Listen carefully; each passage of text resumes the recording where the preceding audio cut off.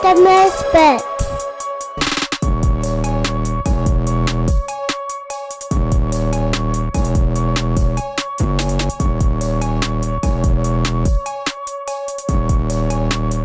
Hey everybody, welcome back. We are closing out Season 3 today. We are closing out the Misconceptions mini-series. We are finally, hopefully, getting to a point where I'm finally going to be able to articulate some of these ideas myself without confusing myself and everybody around me. So, a couple weeks ago, we started this discussion with Dr. Hudson, talking about ecclesiology and missiology and worldview. Today we are going to continue and maybe finish. Considering it's who our guest is, we probably won't actually finish this and we'll need to go like 4 or 5 more parts after this. But Are you saying that I'm long-winded? No, I'm saying that when the two of us are together, we end up with 7 more topics by the time we're done. So Joel Bowman is with me again. He is here to go at the same conversation from a little bit of a different angle. So if you have listened to any of the episodes that Joel has been on in the past, we have talked about things like, I don't even know what all we've talked about. We've talked about things like law and order. We've talked about the presidential races. We talked about police brutality. We've talked about mental health. We've talked about a lot of different things, and every time that he is on, he's come on with a different hat, because we've had him as Pastor Joel Bowman, we've had him as the writer Joel Bowman, we've had him as the social worker Joel Bowman, and now today we are getting all of those mixed together, because today we are actually talking about why it's important to be able to mix all of those sort of things together in one mind. So, Dr. Bowman is here, and if you don't know what we're talking about, 2 weeks ago Dr. Hudson was here, and I just called you Dr. Bowman. You need to just go get your doctorate and make me stop having to correct myself over and over and over again, because I can't stop calling you doctor for some reason.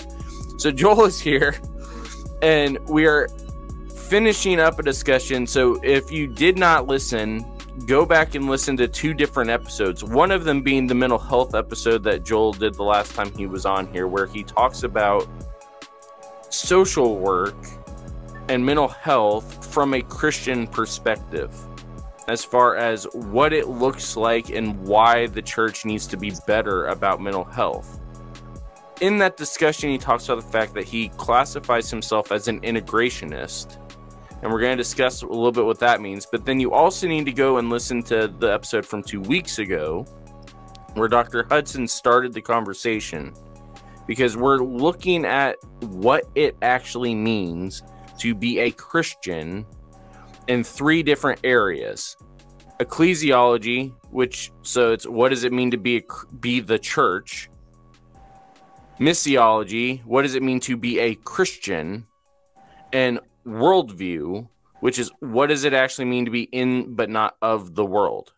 And we spent a lot of time talking worldview with Dr. Hudson, because that was his specialty area. But we're still going to be talking about that, but we're going to spend a little bit more time this week on the missiology standpoint, as far as what does it actually mean to be a Christian in the world.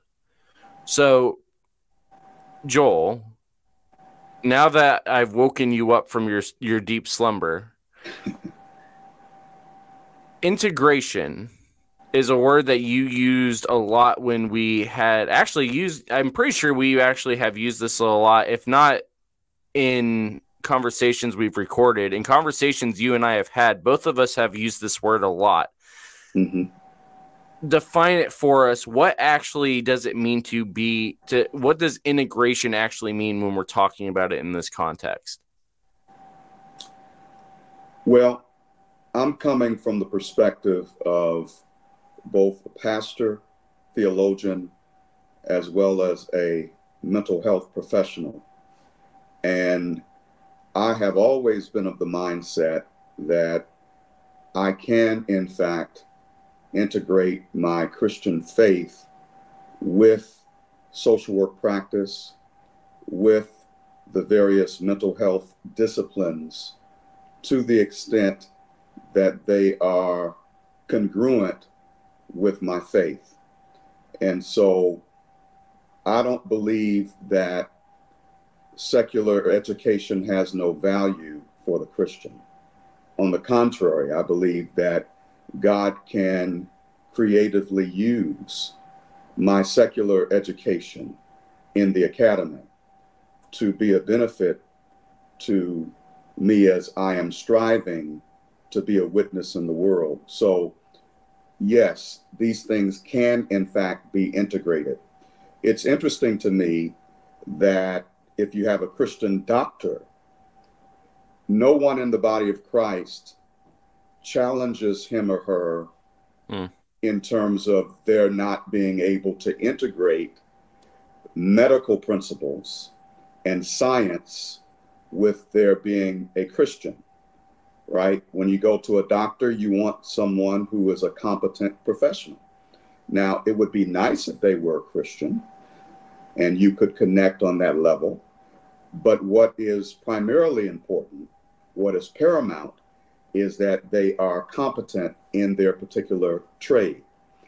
And the same is true for Christians like me who happen to be in the mental health field, that there are ways in which we can integrate our faith and our secular training so that we can be both competent professionals as well as compassionate Christians in our respective fields. Mm-hmm. Does that make sense to you? Yeah, and it's already is starting into the worldview discussion a little bit, because but the first part, and I'm interested to hear what your thoughts are, because I had this discussion with somebody else online earlier this week. Mm-hmm. Do you see from both? Well, we'll start with this side of it, because you and I have had this discussion before. But do you, like you said, the idea of a Christian doctor, nobody bats an eye at. But as soon as you start talking about things like a Christian scientist, Christian teachers, Christian athletes, Christian, all these other things, suddenly, depending on what the secular title is, mm-hmm. everybody goes nuts. Because we can't have that, because that's a step too far. Right. What do you think the line in the sand type of thing actually is, as far as why we think some things are okay and some are not?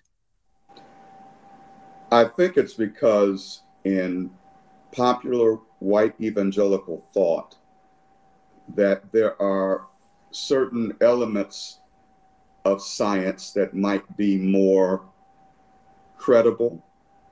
For instance, I was having a discussion with a pastor friend of mine some years ago about psychopharmacology or psychotropic medication. And I was very transparent with him. I told him that for years I have been taking psychotropic meds, and I believe that God, through his common grace, has given individuals the knowledge of science such that they can develop and distribute these medications to be of help to humankind. And he was like, "Oh, no, we don't want to do that. You just need to pray and read your Bible and trust God, and he will help you with your depression."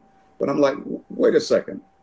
What if in my family I have a genetic linkage to depression, which I do? And he's like, well, no, you just need to exercise your faith. It's because he saw psychopharmacology as being a softer science mm-hmm. than, let's say, hard medicine that looks at giving you an aspirin if you have a headache or things of that sort. He didn't have a problem with a medical doctor prescribing medicine to deal with diabetes or other chronic illnesses, but all of a sudden he drew a line in the sand when it came to mental health issues. And so I think that a lot of times within the framework of popular evangelical thought or fundamentalist thought, there are these arbitrary lines that people draw, right? And when you start talking about mental health, there are people who automatically assume that you are approaching life from this secular humanistic framework, that you're some liberal or whatever. You know, it's so interesting to me how people draw these arbitrary lines.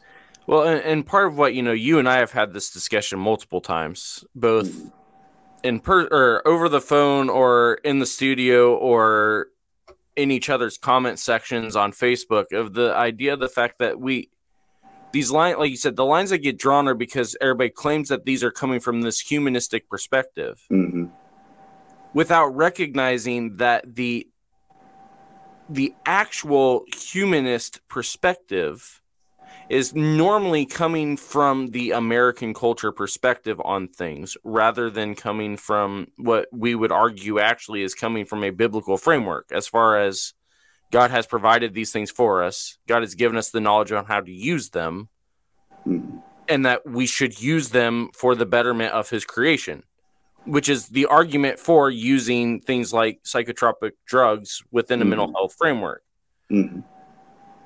The humanist perspective is this idea of that, well, some science is not acceptable because of where it comes from.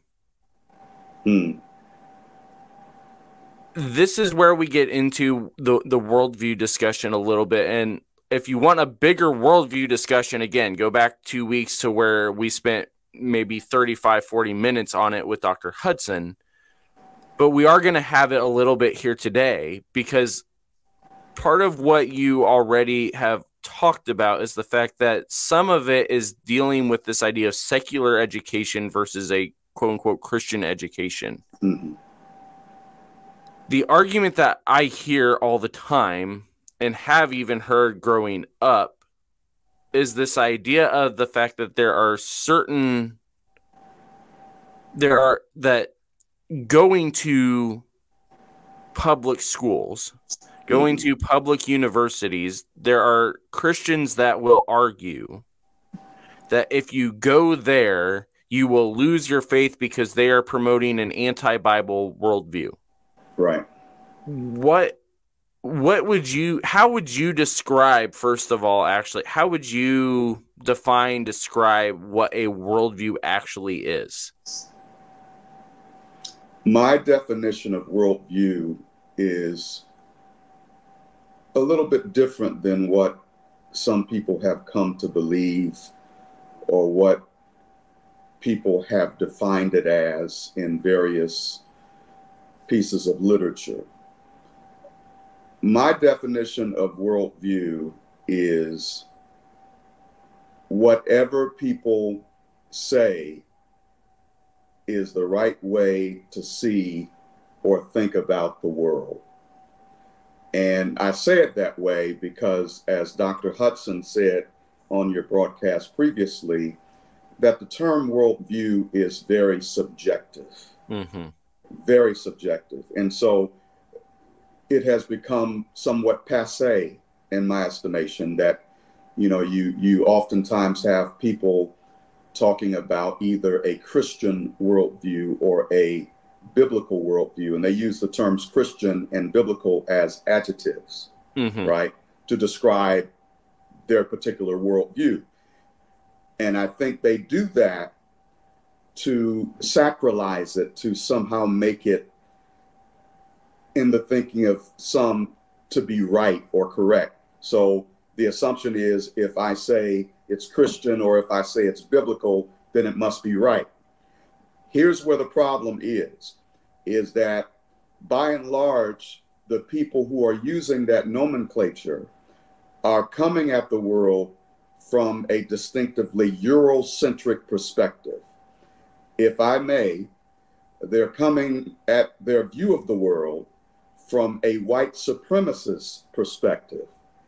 And the reason I say that is because we cannot separate the American church with the sin of racism and with systemic racism, because from the very outset of our nation's founding, and even prior to that, you know, you had the doctrine of discovery, for instance, which was in essence an edict from the Pope that said that these European Christians had the right to come into what is now called the United States of America and steal land from Native American persons, to plunder their property, to rape their women, to enslave them, et cetera, et cetera, et cetera. And of course, we know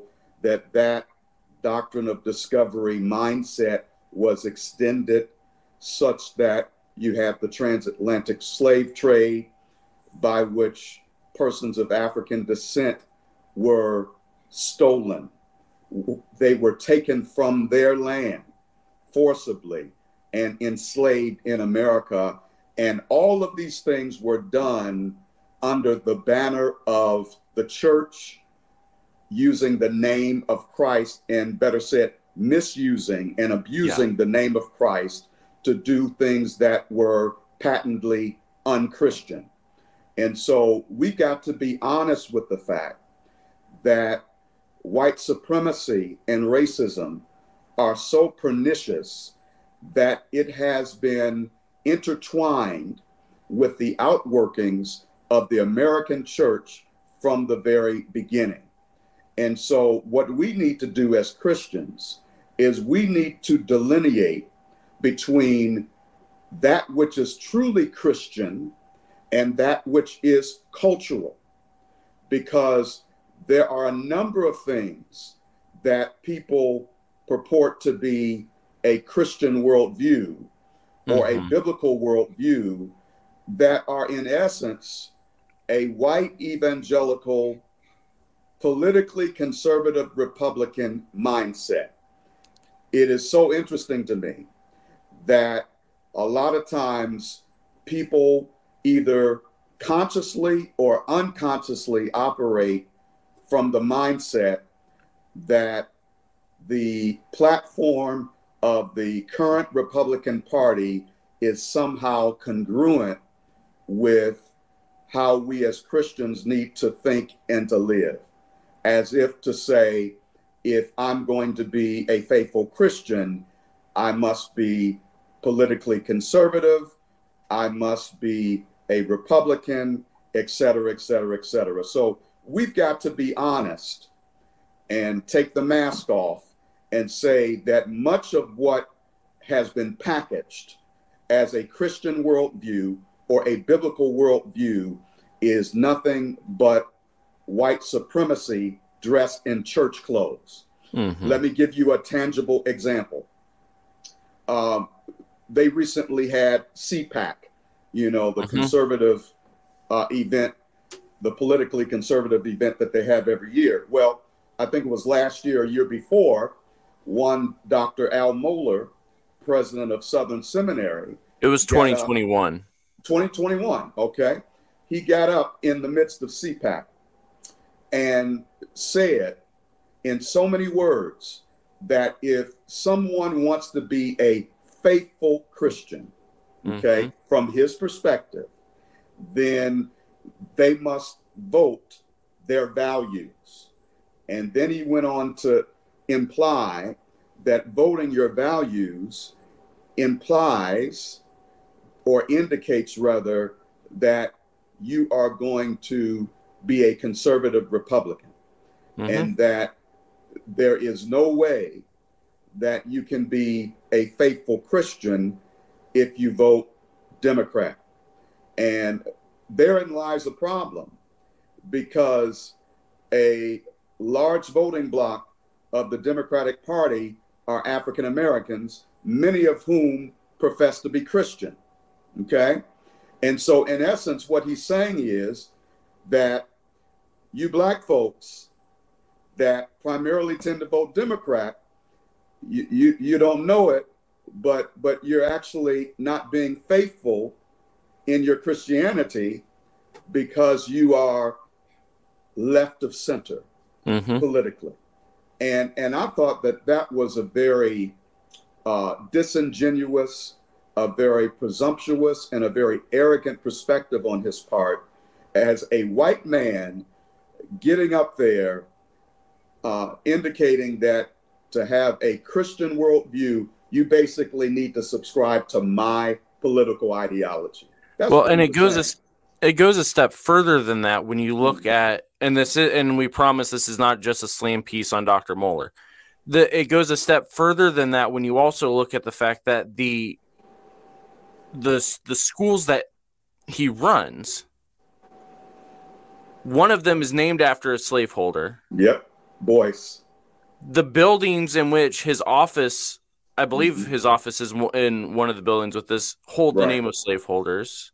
There are abusers, known abusers, who have their images ingrained in the stained glass of the chapels. Yes.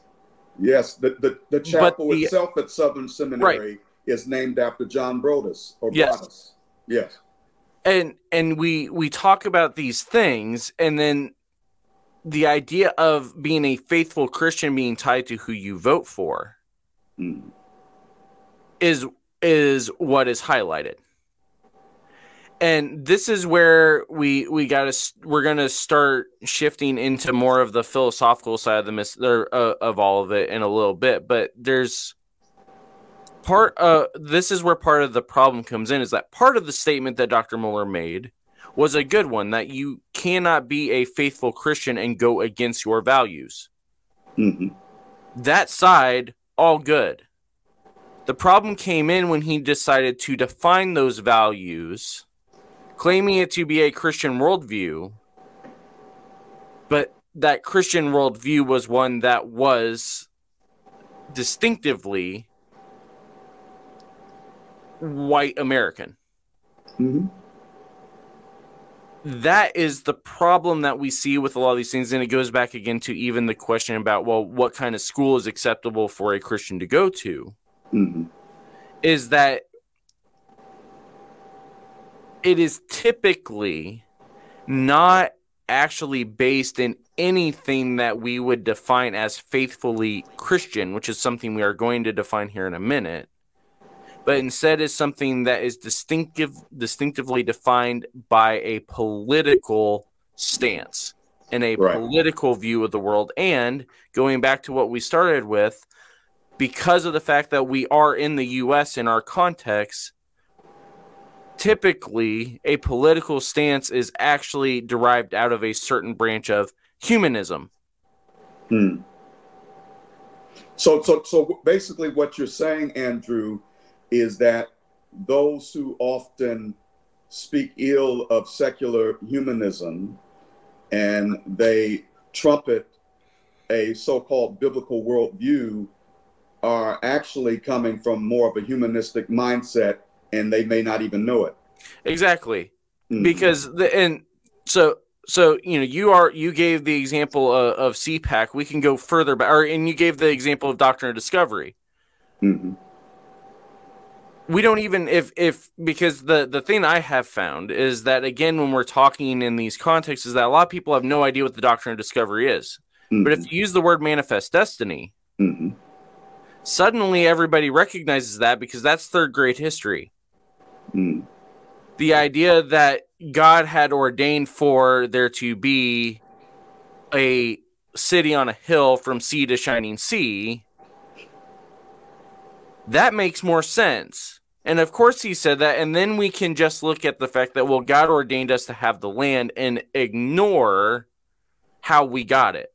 And by the way, who is the us that was entitled to the land? The us were Europeans, white folks from Europe, and specifically white males. And specifically, not even just white males, specifically a very distinct sect of Protestant white males, because the Quakers were expelled.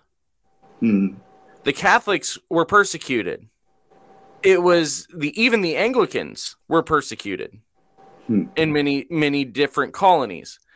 this is where the worldview discussion gets very muddy, and this is part of why I have to have Dr. or I called you doctor again.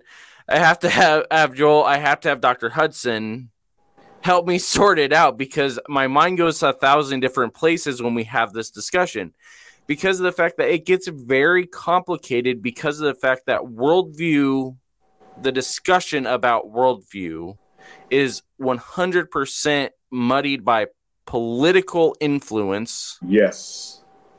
And a political influence that claims to be Christian itself. That's right. It is based upon a political agenda. And the political agenda is dressed up with theological verbiage.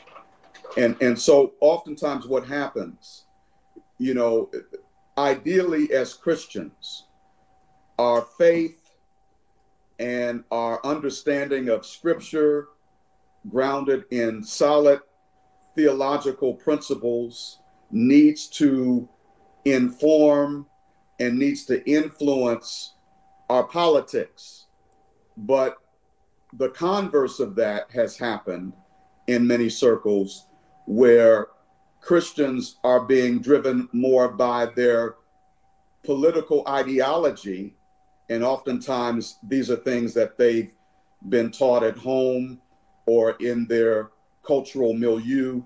They're allowing their political understanding of the world to drive their faith, such that there's a conflation between their personal politics and their Christian faith, as if they are one and the same.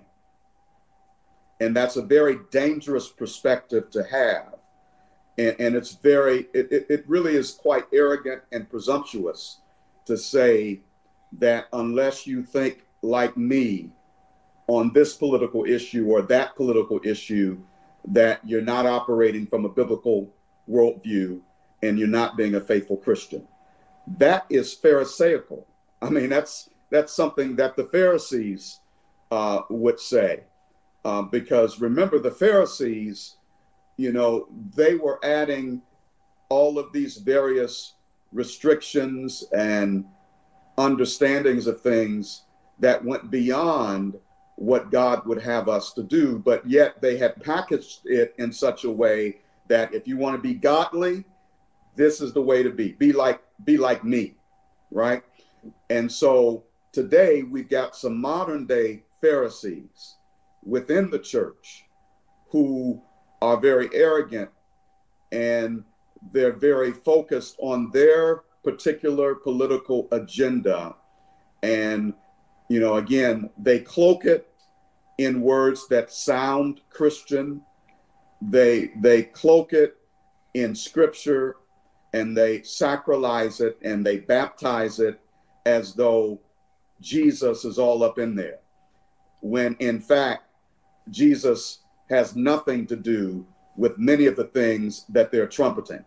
You know, and half the time Jesus is targeted by the things they are trumpeting when we actually look at it. And so this is where, you know, we already, the missiology side of this, as far as what does this mean for us as individual believers, is where we are already kind of starting to walk into, because part of what you just identified is that it typically, the discussion as far as whether something makes someone a Christian or not, when we are talking worldview or talking about a political mindset or whatever wording you want to use for it, is that it comes down to, do you believe exactly what I believe? Rather than do we as a body believe in what we have been asked to believe in terms of by Jesus himself. Do you see because we you know, and we're gonna dive into it more as far as what this looks like in the world, but is a better way of even talking about the worldview side of things as individuals coming from the same sort of framework and mindset as you do when you talked about education and career, as far as the idea of the fact that it should be an integration rather than a exclusive, almost an exclusivity idea of we only think about these things from this framework and this is the framework we do? Or should faith actually be an integration in the way that we believe about and talk about our faith be an integrationist perspective? Well, I think that scripture informs us in terms of how to address your question. When you look at the Shema, Deuteronomy 6:4, Hear, O Israel, the Lord your God is one. Love the Lord your God with all your heart, soul, and mind, right? Therein lies the integration. So God has created us as human beings to be multifaceted, right? Mm-hmm. We have a mind, we live in a body, we have a soul, right? And we are to love God with all of our mind, our heart, our soul, our strength, with everything that we have. With all of the various spheres of our existence, we are to love God.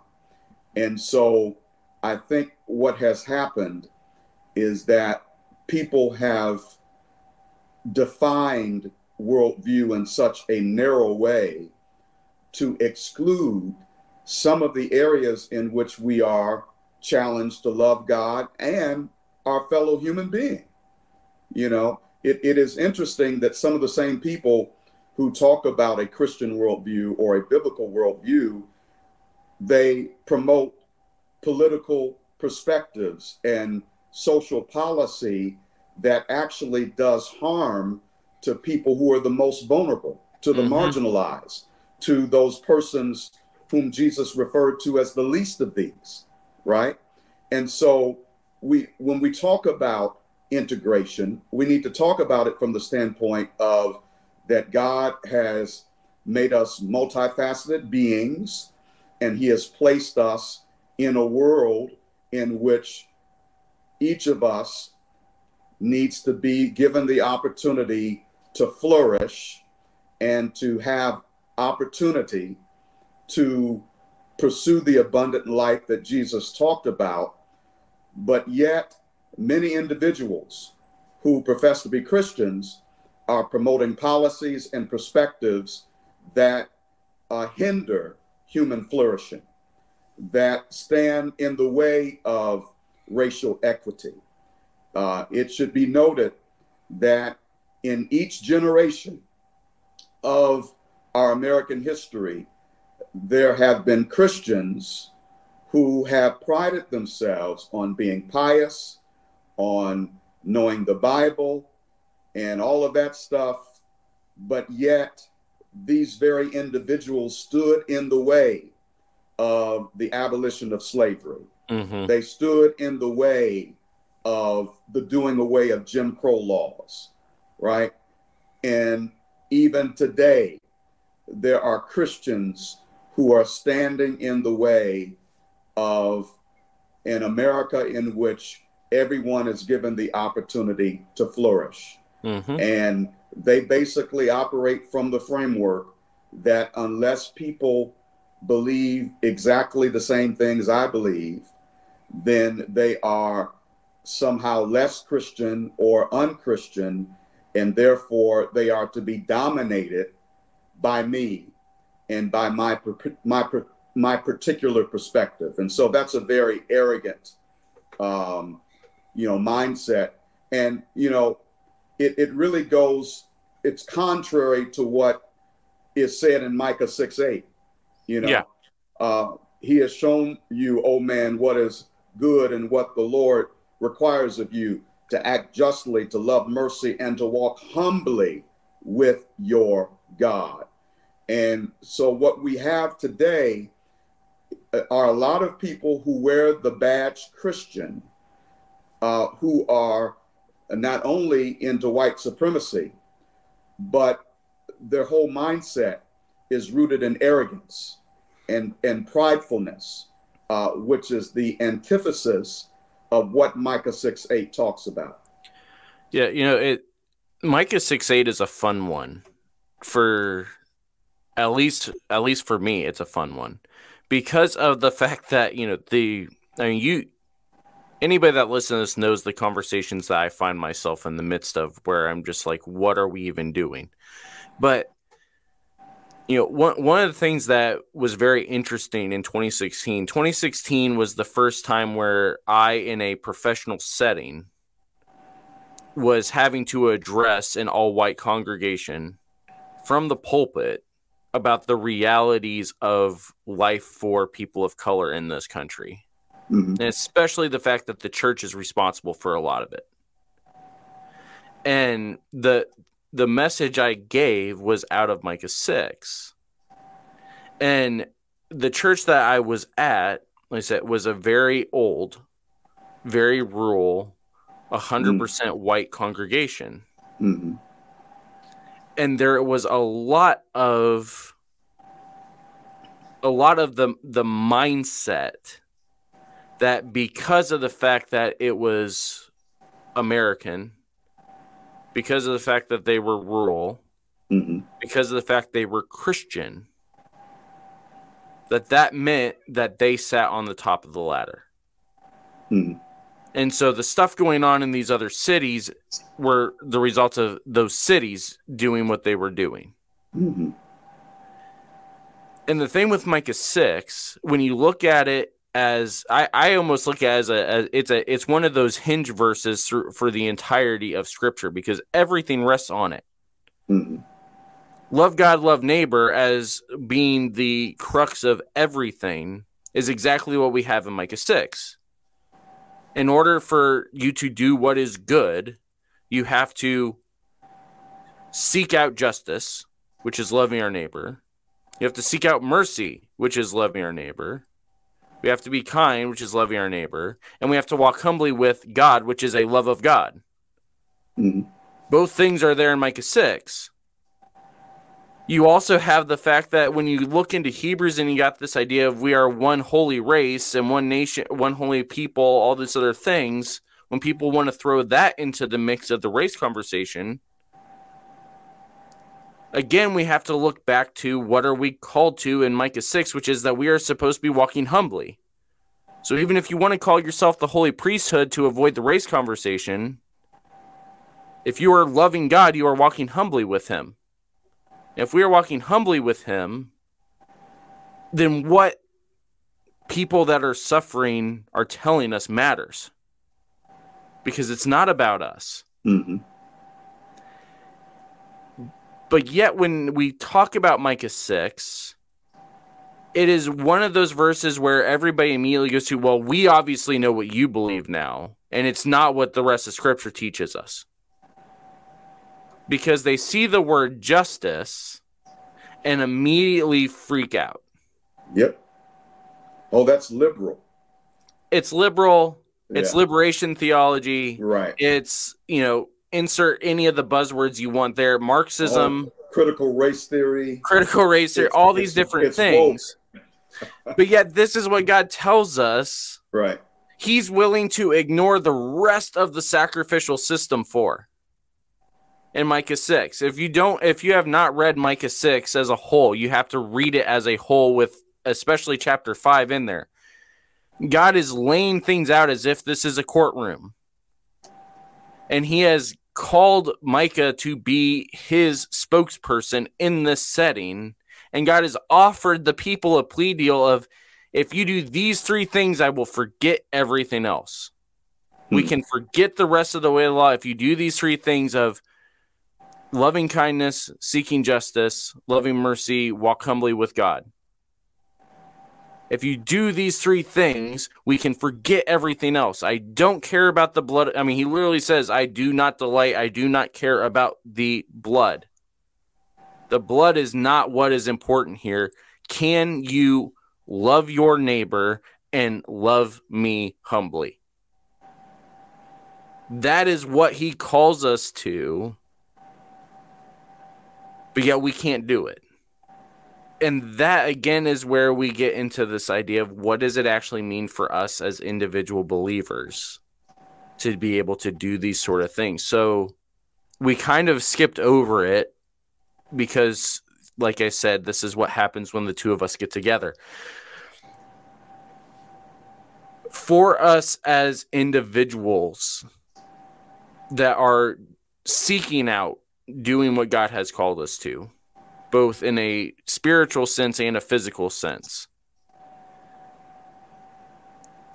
how do we actually go about, in many ways, retraining, restructuring our thought process on these things to be able to actually be effective as believers in these secular fields? I think that if we as believers read the Sermon on the Mount and honestly and introspectively looked at the teachings of Jesus, then that would take us a long way to being good examples within the framework of the church, Big C, that is the universal church, as well as being effective witnesses in the world, even within secular context. Okay, let me give you an example. So, as you know, I'm bivocational. I pastor a church, and I've been pastoring in Louisville 25 years. And also, I have an active practice as a licensed clinical social worker, and I happen to work for the United States Department of Veterans Affairs. And as I have provided for the mental health needs of our veterans, the Lord has enabled me to interface with colleagues, some of whom are Christians, but many of whom are not. In fact, one of my friends within the VA is a self-professed atheist. And he said to me something that has really blown my mind and has really moved me into a space of gratitude. And I thank God for this. He said to me, after getting to know me on the work site, after watching my interactions with people on social media, he said, "Joel, you are one of the best examples of a Christian I've ever met." Now, mind you, he's an atheist. But what the Lord has called me to be is salt and light, right? You need only go back to the Sermon on the Mount, in which Jesus says to his disciples, "You are the light of the world. You're the salt of the earth." And we ought to be so attractive for the cause of Christ that even someone who does not profess to believe in God or the Christ whom we serve can look at us and can see something redeemable, something admirable, right? And I'm not saying this to pump myself up as if to say, you know, I'm the ultimate example of a Christian. Far from it. But I'm making the point that oftentimes we as Christians live in such a way that is a poor representation of Jesus. You know, it's been rightly said that originally the name Christian was meant to be a bad name for good people. Mm-hmm. But now the term Christian has become a good name for bad people, right? And you and Dr. Hudson touched on this in that broadcast, in that podcast. You talked about how, you know, originally the term Christian in Antioch was used as an insult to followers of Christ, right? And, you know, those are those little Christs. But unfortunately, in our current cultural context, the name Christian has been besmirched, it has been sullied, and I would say it's been besmirched and sullied by the very ones who profess to be Christian. Right. Such that, the biggest threat to the church today and the biggest threat to our witness, in my estimation, is not secular humanism. It's not Marxism or humanism or whatever you want to call it, whatever the buzzwords are. The biggest threat to the Christian witness in the world are Christians who don't live, act, and think like Jesus. And that is, again, why Micah 6 matters. Mm-hmm. Because there are two things here. One, which is, both a serious example, but also I couldn't resist, is the whole thing of when you're like, I'm not trying to do this to pump myself up. I'm just giving this as an example. Is I immediately want to say, walk humbly, Joel, walk humbly. But that is part of why that is so important. Because, I want to ask you a question related to this, because it's something that this is a conversation I've had to have with people, and they, for whatever reason, this seems to be a foreign concept all of a sudden. You do not view your relationships with your coworkers, anything like that, especially those that are not believers, like you said, that you have coworkers that are atheists. Are you viewing those relationships simply from a perspective of mission, or are you just looking at them as coworkers, colleagues, friends, whatever level of relationship you have with them? What are you out there intentionally trying to be a witness, or are you just trying to be a good colleague, or is it a combination of the two? It's a combination of the two, because the two are not mutually exclusive.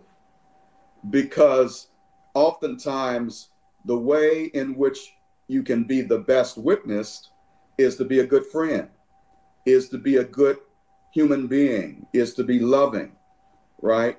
And do I want this individual to come to faith in Christ? Of course, right? But, Jesus says we're to be as wise as serpents and as harmless as doves. And how I witness to person A may be totally different in terms of how I witness to person B.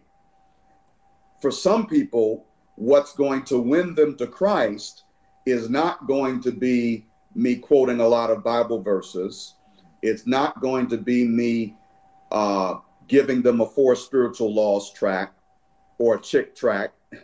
What's going to win them over is seeing the Christ in me.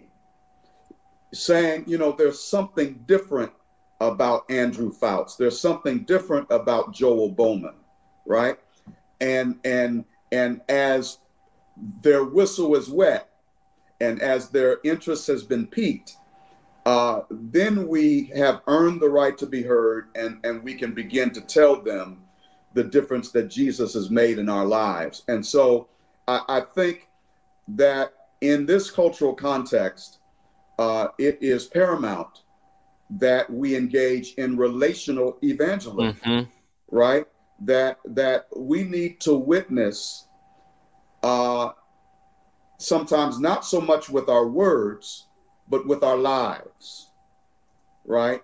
Because, there's a whole generation of people out there that really does not give a flip about what Christians say.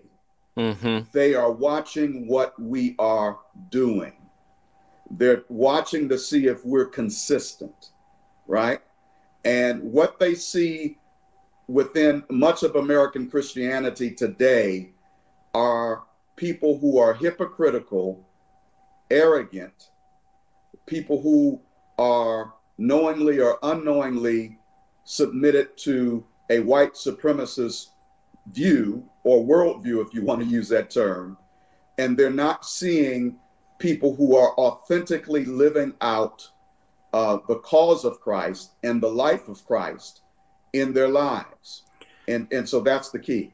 And part of the reason I bring this up is because this actually leads into a perfect example of why we are able to say, if nothing else that we have ever talked about, whether it was with I did it again, with Joel Bowman, whether it was with Dr. Hudson, whether it was with, we talked about this with Pastor Trey, we've talked about this with Joash, we've talked about this with all sorts of different people. Mm-hmm. But if you want a perfect example of how the white American evangelical worldview is actually affected by white supremacy, this is exactly where it starts. Because, Joel, you can correct me if I'm wrong, but you will not end your friendship with this atheist coworker if they say, I will never become a Christian, correct? Of course not. Of course not. Because that's not what the relationship is about. Mm-hmm. Mm-hmm. But when we look at relationships just as mission and nothing else, suddenly that relationship hinges on how willing are they to actually convert. Mm. That's exploitation.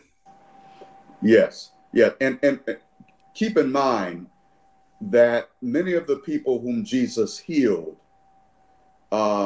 we don't necessarily see evidence that all of those people got saved. There's an entire story where only 10% come back to thank him even. Uh-huh. Like this is something that we see very clearly within the Gospels. This is not even just a scripture clearly says. This is something where we literally have a story in which Jesus heals 10 people and only one comes back. And Jesus doesn't even make a big deal about the 9 that didn't come back. He wants to just acknowledge the fact that the one guy did. Like this is what we see throughout the ministry of Jesus. The only reason that the woman that touches his robe gets recognized is that it caught Jesus off guard, and he just wanted to know who had the faith to do it. Hmm. The woman was not looking to make a spectacle of it. She already believed she didn't need to even talk to him to know. Like, this is what we see. This is why the wording we use is the evangelistic disciple making stuff, of the fact that we are called to make disciples, not to evangelize. Evangelism is part of disciple making. And it's a very slight shift in our thinking, because disciple making requires relationship. Evangelism does not. And so this is where, Joel, you just talked about the fact that you have atheist friends, but yet you're a pastor, yet you are everybody knows when they come in contact with you that you love Jesus. That's not something that you hide in any manner. I pray so. That is my hope, that everyone knows that. Yes. Within the Misfits community, we have actually a lot of atheist listeners. And they make it very clear they're atheists. They even tell us they are atheists. But they want to listen, because the stuff that we are talking about is the stuff that made them want to leave in the first place. Our goal, if you are listening, is not to see you reject atheism and become a Christian. That is not why we are doing this. That is between you and God, and you and yourself, not me. My job is to do what we've been talking about this whole time, of seek justice, love mercy, and walk humbly with God. And so this is where, Joel, I'll have you jump in again. We're back to what the question we actually skipped over, of what do we actually do when we have people claiming that going into these worldly situations of education will corrupt our minds. Because it is actually, for people that can't see where the connection is, it's the same discussion that we were just having as far as having friends who are atheists. Well, what do we actually say to people that are concerned that worldly education is going to corrupt our churches? I think we say to them that God has created us and placed us in this world as believers, and we must not totally isolate ourselves from those in the world to whom we are to share the love of Christ. So when I consider the fact that in the book of Daniel, you had Daniel, Shadrach, Meshach, and Abednego. Of course, those were their slave names. I think it was Hananiah, Mishael, and Azariah were their actual Hebrew names. But anyway, in that context, here they were in captivity, but yet they were thriving and they were being faithful to God in a worldly system, in a worldly context, such that their lives were such good witnesses that even King Nebuchadnezzar had to acknowledge there's something about this God stuff, right? And so I think we also see Joseph in Egypt, right? We see various persons within a so-called worldly context, but they are being good witnesses for God. You know, I look at the Apostle Paul and his interaction with those who were worshiping false gods and those who were a part of the world system, but yet he is communicating with them in such a way where he is piquing their interest in terms of the cause of Christ and the claims of Christ. And so throughout Scripture, we see example after example after example of the people of God thriving and flourishing within a worldly context, such that they're not compromising their faith, they're not forsaking their mission, but they're living out their faith in such a way that people who would not normally be the ones to submit to God or to submit to Christ are coming to Christ. And so I think what we have done is we have, in our quest to come out from among them and be separate from the world, we have so isolated ourselves from the mission field. How can you be a missionary, as it were, if you have nothing to do with the people in the mission field? You know, this is where, you know, I tend to try to separate out actually the words even that we use when we're talking about this side of it, is that I don't use the word separate. Because too often, as we've talked about a couple of different ways today, is that separation becomes the goal for a lot of different sects within Christianity. I mean, that was segregation. Is we must separate. We can't even worship together. The call is to be set apart, not to be separate. And, you know, Brandon and I did a full deep dive into this back, I think it was season 2. But if we separate something out from a group, they no longer are part of the group at all. There's no interaction, anything like that. They may still look the same, but they are set apart, or they are separate from everything else. But when we talk about being set apart, we are taking this group, moving it over here, and marking it so that when it is put back, it can still stand out in the midst of everything else. Yeah, and that's the key. So when the Bible talks about being separate from the world, it is talking about being different, not being isolated in the sense of never having any meaningful interaction with the world. We're to be set apart, right? We are to be distinctively Christian or Christocentric. We're to be like Christ, such that when we are interacting with non-Christians, with atheists, with people of other religions, that they will see that there's something unique about our association with Christ. And what that unique marker is supposed to look like, it's the fruit of the Spirit. There you go.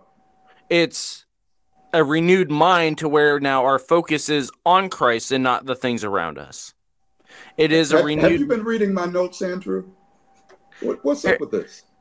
Dude, like I said, I needed somebody to be able to help me articulate this stuff. Yeah. You know, and it's something where, you know, the phrase that we have found ourselves using a lot over the past season is this idea of the fact that when we are talking about being set apart, is about the fact that we as Christians are called to more.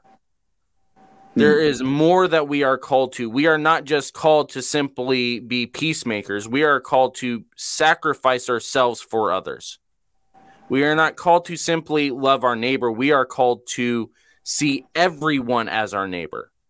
Right. We are called to do more than culture war. You went exactly to the place I wanted to go to. Politics and the Christian faith have become so conflated in some people's minds that they have, in essence, come to this conclusion that their mission is to win some culture war, right? And God has not called us to win in a worldly sense.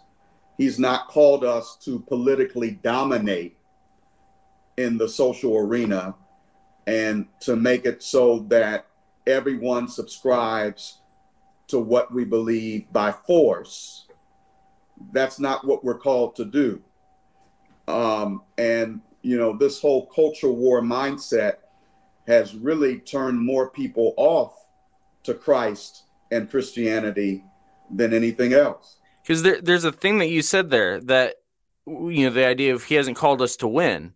And the reality is, he hasn't called us to win. The gospel is that Christ has won. Mm-hmm. But when it's about us winning, mm-hmm. who is it that we are actually showcasing? Right. Right. You know, and this is going back into even what you're talking about with the book of Daniel, which this is a preview of the Bible study coming out here in a couple of weeks once we actually hit March. You know, we're going to walk through the book of Daniel. But the thing that people don't always recognize when they look at Daniel is the way that Daniel and his friends carried themselves within this pagan culture. Mm-hmm. Everybody wants to talk about their faith, which they should. Everybody wants to talk about the fact that they were trying to set themselves apart, which they should. But how do they actually go about doing it? They refer to themselves Daniel refers to him and his friends throughout the book with their assimilated names. He doesn't try to force see, we're Jews still. He's like, no, this is what happened. I'm telling you the story in the way that you're going to understand it. In chapter 1, they make it very plain that if it comes down to it where they believe God is saying, eat this pagan food, we are willing to do it and not cause any problems. But we want to make sure that this is what God is calling us to first. So will you allow us to test ourselves? No forcing, no protest, no we're going to do it. The only time we see active protests is when it comes to a forced worship of a pagan deity. And even in those instances, in the responses of the men, the response to Darius is, "O king." The response to Nebuchadnezzar is, "O king." None of this guy is the Antichrist. None of the, oh well, this is somebody coming after our children, even though they literally had come after them as children and took them away to a pagan land. The response is still, I am walking humbly with my God. The culture war is counter to the gospel. They cannot fit together because the very idea of warring after another culture, already you have violated walking humbly with God and seeking justice. Because now the justice is about your worldview, as opposed to those that are in pain and need of justice actually coming down. And furthermore, Paul told the church at Corinth that the weapons we fight with are not the weapons of the world. They have divine power to demolish strongholds. And so,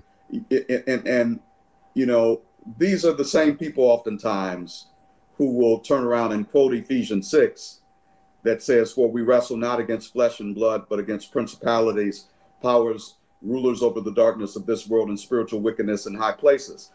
And so out of one side of their mouth, they'll say, well, the real enemy is Satan, right? And his demons. But out of the other side of their mouth, no, the real enemy is liberals, or the real enemy is Democrats. Or they'll conflate the enemy two. Is the woke, so it's like, it's totally inconsistent. Or they'll try and make it consistent by conflating the two. Because we have to war against, we're not allowed to war against flesh and blood. It has to be against the spiritual forces of darkness. Now, suddenly, all of my political enemies are the forces of darkness. Right. Yeah, we pigeonhole those people in that category to basically fulfill our selfish whims. And again, it ultimately, as you said before, Andrew, comes down to self. It is a self-centered gospel, and I put gospel with a small case G. Yes. Christian nationalism is a false gospel because it is highly self-centered. It is an Americanized perversion of the gospel that seeks to conflate a particular political agenda with the Christian faith.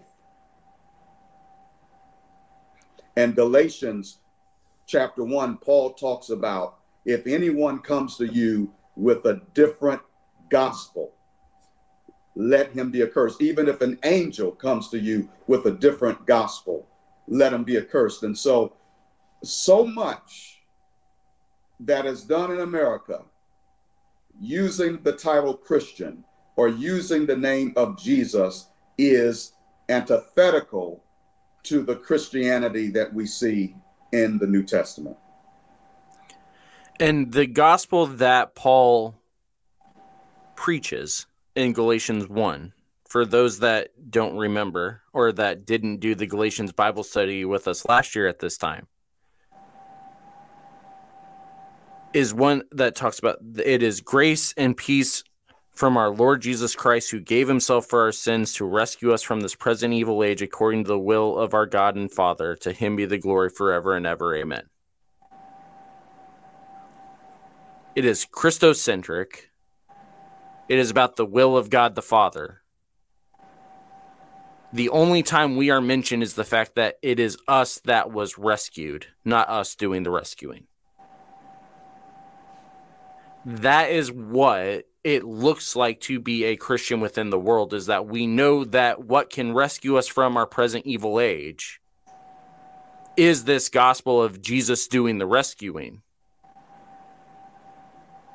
And so we go about our lives knowing that and being able to go into a world that is presently evil and do our jobs as those that are rescued.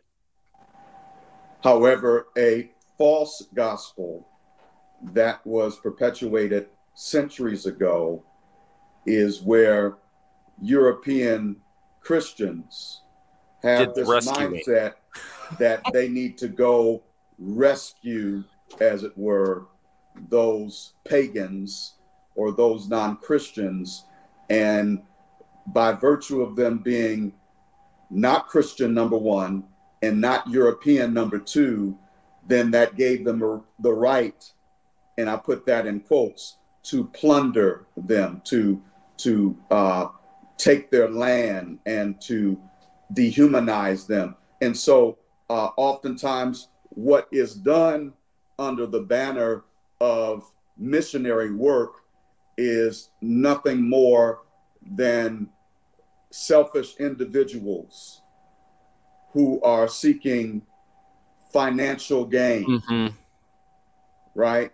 And so for centuries, you have had individuals using the name of Christ to dehumanize other people and to do the exact opposite of what God has called us to do, and they call it missionary work.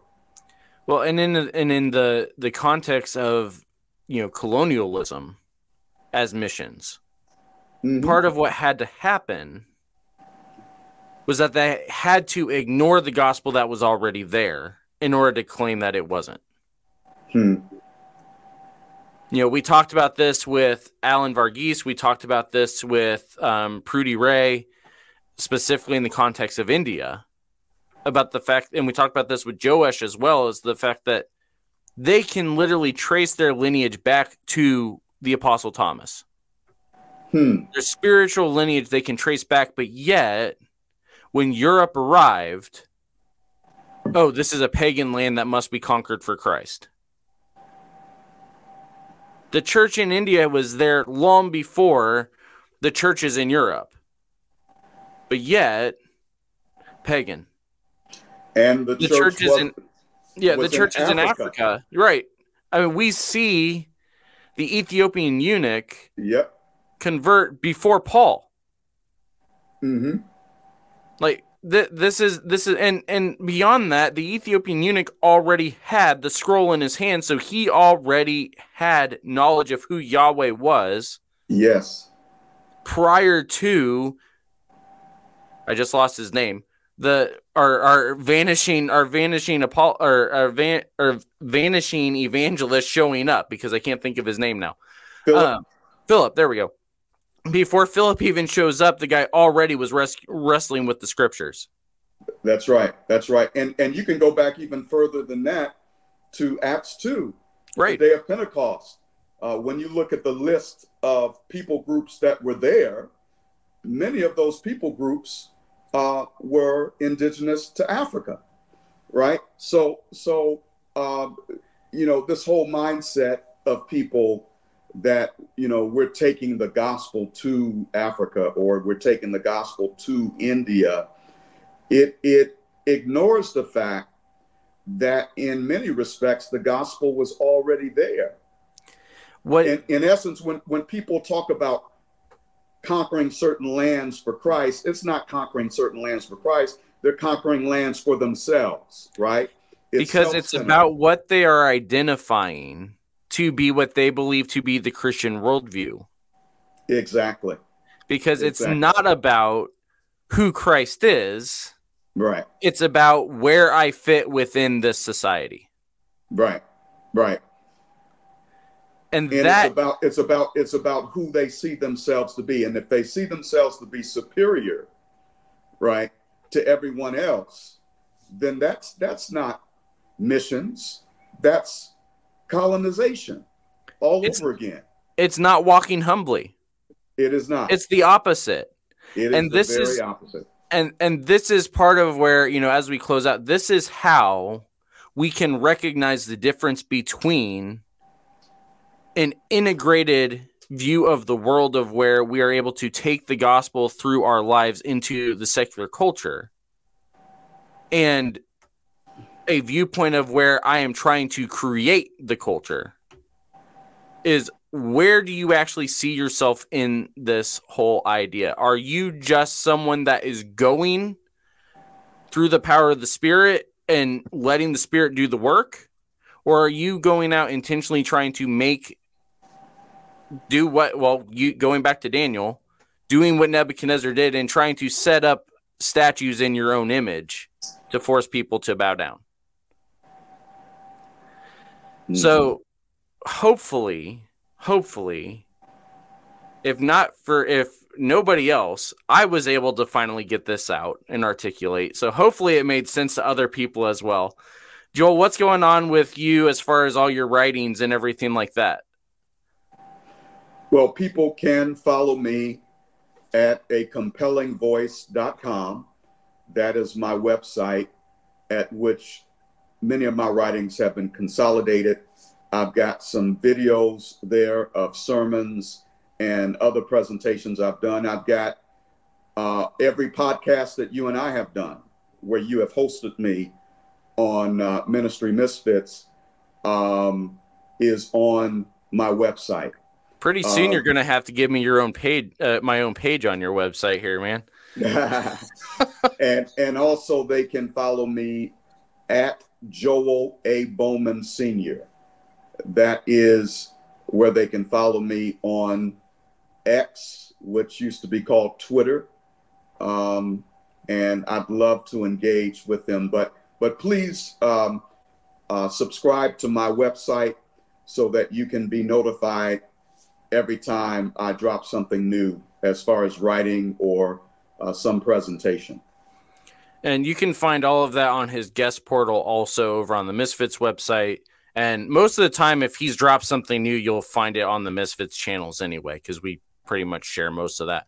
But yeah, you can find all of that at compellingvoice.com or on Joel's guest portal over on ministrymisfits.com.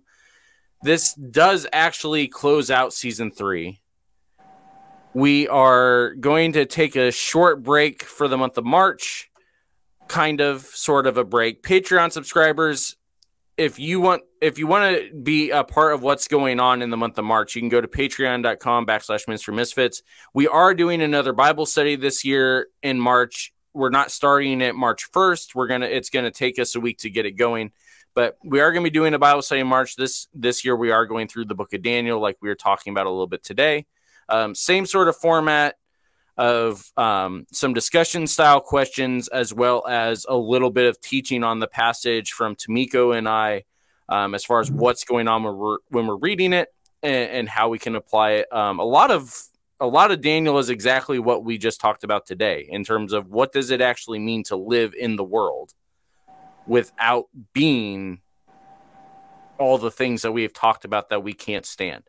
So that's what's going on in March. There also may be another Is It Pagan episode coming out with Joe Day. He and I are trying to work out schedules. So that may be for season 4. That may be for Patreon. It may come out in March. We'll just see what happens with that. But season 4 will begin in April.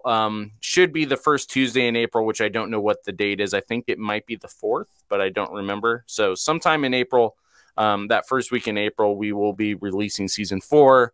I'm sure Joel will be back at some point during season 4 because there were 3 or 4 discussions that both of us, if you are watching the video, you probably saw light bulbs coming on over our heads of, oh, we need to do this again throughout today's discussion. Season 3, like I said, it's over. This one was a little bit different for me because I finally was able to have some of the discussions I've been needing to have in order to articulate stuff, whether it was with Dr. McKnight going through Revelation, whether it was with soon-to-be Dr. Jared Stacy going through the whole conspiracy theology stuff, and these past couple episodes with Dr. Hudson and Joel Bowman, especially, where things that I've been trying to articulate and have never been able to until I had people way smarter than me agree to actually talk about it with me. So again, if you want to stay in touch with everything, go to the Misfits website, ministrymisfits.com. We are about to take a short break for the month of March. If you want to still be involved with the stuff we are doing in the month of March, you can go to patreon.com/ministrymisfits. Any of those different levels on Patreon will get you access to the Bible studies. It also gets you access to that's what it was. The other one of the other episodes that Bowman and I did here, going through mental health and gun culture as far as from a Christian perspective. You can get a couple other bonus episodes there. You also can get the Galatians Bible study there. It's still up. We're hoping to maybe be able to offer the Galatians study to everyone this summer, but we haven't figured out exactly how to do that, so you can stay tuned with that as well. Joel, thank you for waking up early to do this. You owe me, man.